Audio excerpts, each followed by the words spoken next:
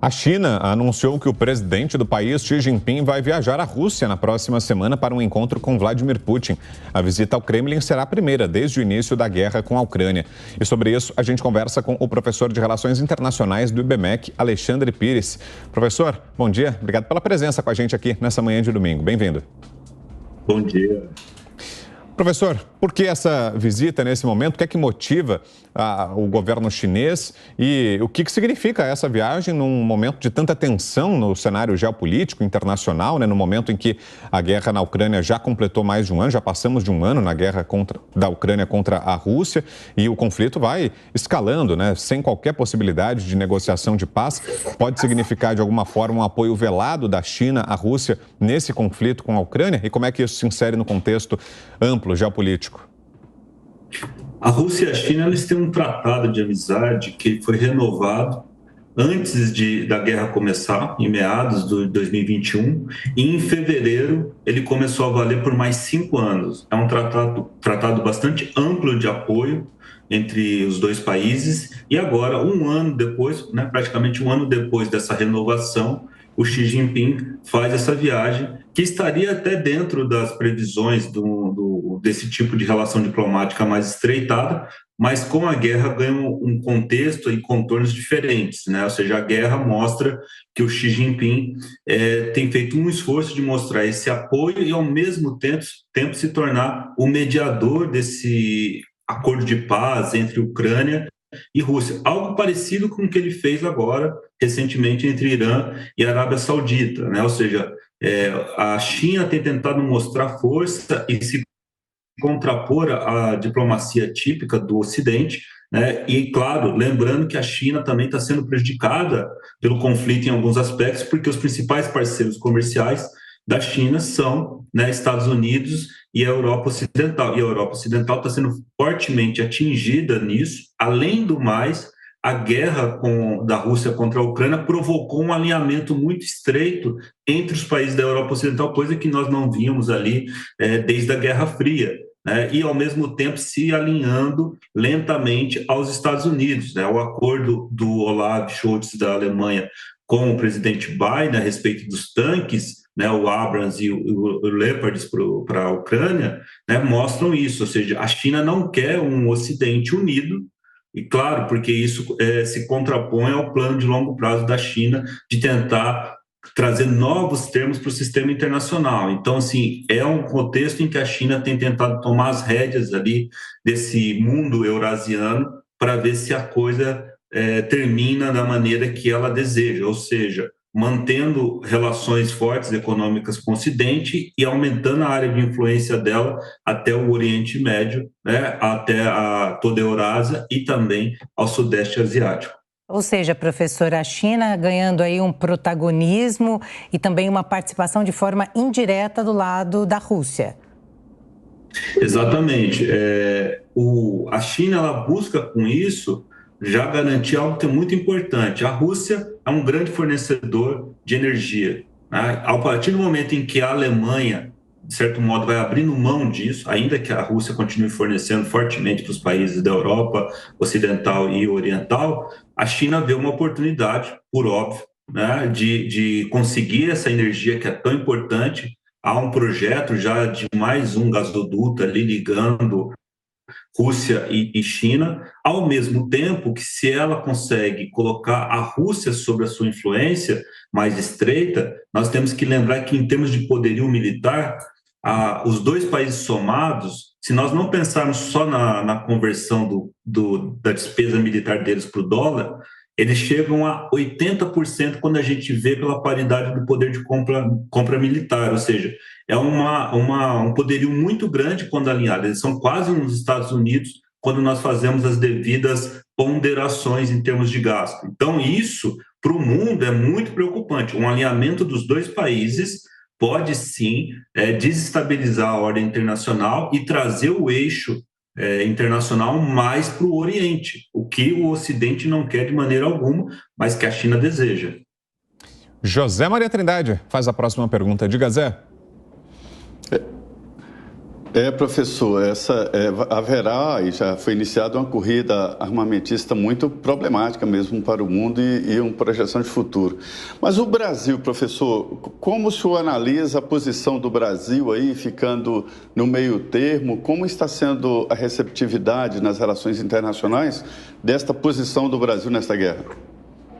Olha, países que ficam neutros tendem a sempre sair em vantagem no final de um conflito, sobretudo quando eles se colocam como fornecedores para os dois lados, né? O Brasil poderia, digamos, se tornar um fornecedor militar, porque tem essa capacidade, né? E, ao mesmo tempo, ocuparia esse espaço ligado à indústria alimentícia, que a Ucrânia tem um papel importante, e, ao mesmo tempo, se aproveitaria ali de uma certa crise no mercado geral de commodities, né? O Brasil é um grande exportador de minerais também, né? Então, assim, o Brasil poderia sair numa vantagem econômica. Agora, a diplomacia tem que ter claro que ficar em cima do muro sem costurar nenhum acordo diretamente com ambas as partes é prejudicial, porque o multilateralismo ele tem que ter resultados. A ideia é que o multilateralismo levaria a resultados. Um multilateralismo sem resultados não quer dizer nada, né? Ou seja, então, nós temos que, em algum momento, decidir. Somos um país neutro?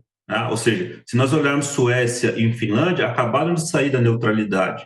E a Suíça, que continua neutra, já fez um fornecimento ali de ajuda militar para a Ucrânia e também civil, humanitária, que mostra que ela está saindo dessa postura de neutralidade. Então, o mundo está mudando e o Brasil tem que rever qual é o nosso eixo, né? Nós vamos ser aliados do Ocidente, como o governo anterior do Jair Bolsonaro vinha mostrando, ou nós vamos ficar disfarçadamente alinhados com China, né, Rússia, ou talvez tentando fazer uma grande coalizão com Índia, China, Rússia, sabendo que Índia não é um aliado desses países, é um país completamente neutro. Então, nós temos que ver se essa postura estilo Índia vai dar os frutos necessários. Porque sem acordo no final, né, que ou nós vamos fornecer para ambos os lados, ou vamos fazer ajuda militar, ajuda humanitária, fica muito indefinida essa postura. E isso não rende nada para o Brasil, né? O Brasil tem sido ambíguo,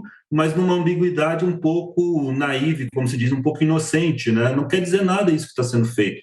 Nós não vamos ser mediadores de um conflito dessa escala, mas podemos sim, né, ajudarmos de alguma maneira, ou humanitária, ou militar, ou sim como fornecedores ali de produtos e serviços.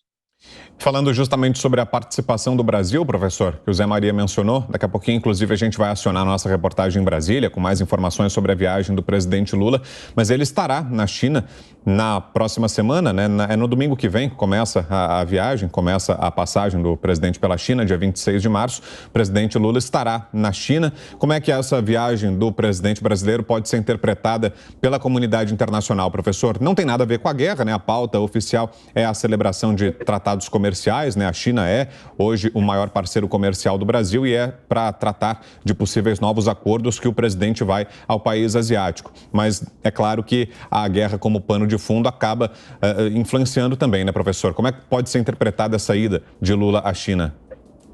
Esses primeiros meses do governo Lula têm mostrado um esforço enorme de desalinhamento com os Estados Unidos e relativamente com a Europa Ocidental. Então, as várias viagens têm mostrado que o governo atual não está mais com aquele alinhamento típico que nós vimos antes, ou seja, o Brasil está fazendo uma aposta que eu acho que talvez seja até arriscada em mostrar muito mais proximidade da China, da Rússia, nas declarações, né? Só teve uma condenação ali na ONU com relação à guerra na Ucrânia. Então, essa neutralidade do Brasil não é bem uma neutralidade, é sim um desalinhamento com o Ocidente e mostrando uma tendência a alinhamento com o Oriente. Nós vamos sofrer consequências. O Olaf Scholz, quando veio aqui e pediu que o Brasil fornecesse munição e nós negamos, ele já nos bloqueou para exportação de blindados por causa da tecnologia que nós usamos. Então, essa estratégia, né, que já não rendeu tantos frutos assim como no passado, ou melhor, nenhum fruto, pode agora começar a trazer no longo prazo um prejuízo imenso. É só ver a estratégia da China, ou seja, ela busca fazer uma intervenção, mas sem romper, né, os seus laços econômicos mais estreitos com Estados Unidos e Europa Ocidental. O Brasil está cometendo talvez um grande erro em se aproximar de países que são o que, como nós chamaríamos em economia, de competidores. Eles competem com a pauta do Brasil, eles não são complementares. O Brasil não é um país puramente exportador de commodities, e isso faz com que, no longo prazo, nós estejamos ali contratando, muitas vezes, um decréscimo do potencial econômico do Brasil e, claro, né, nos colocando numa situação geopolítica que não é confortável, como muitos se imaginam. Zé Maria Trindade? Pois é, professor, essa guerra demonstrou a novidade em termos de relações internacionais sobre a nacionalização de produtos, né? O senhor concorda que houve uma mudança de hábito, assim, de partido, de países, depois desta guerra?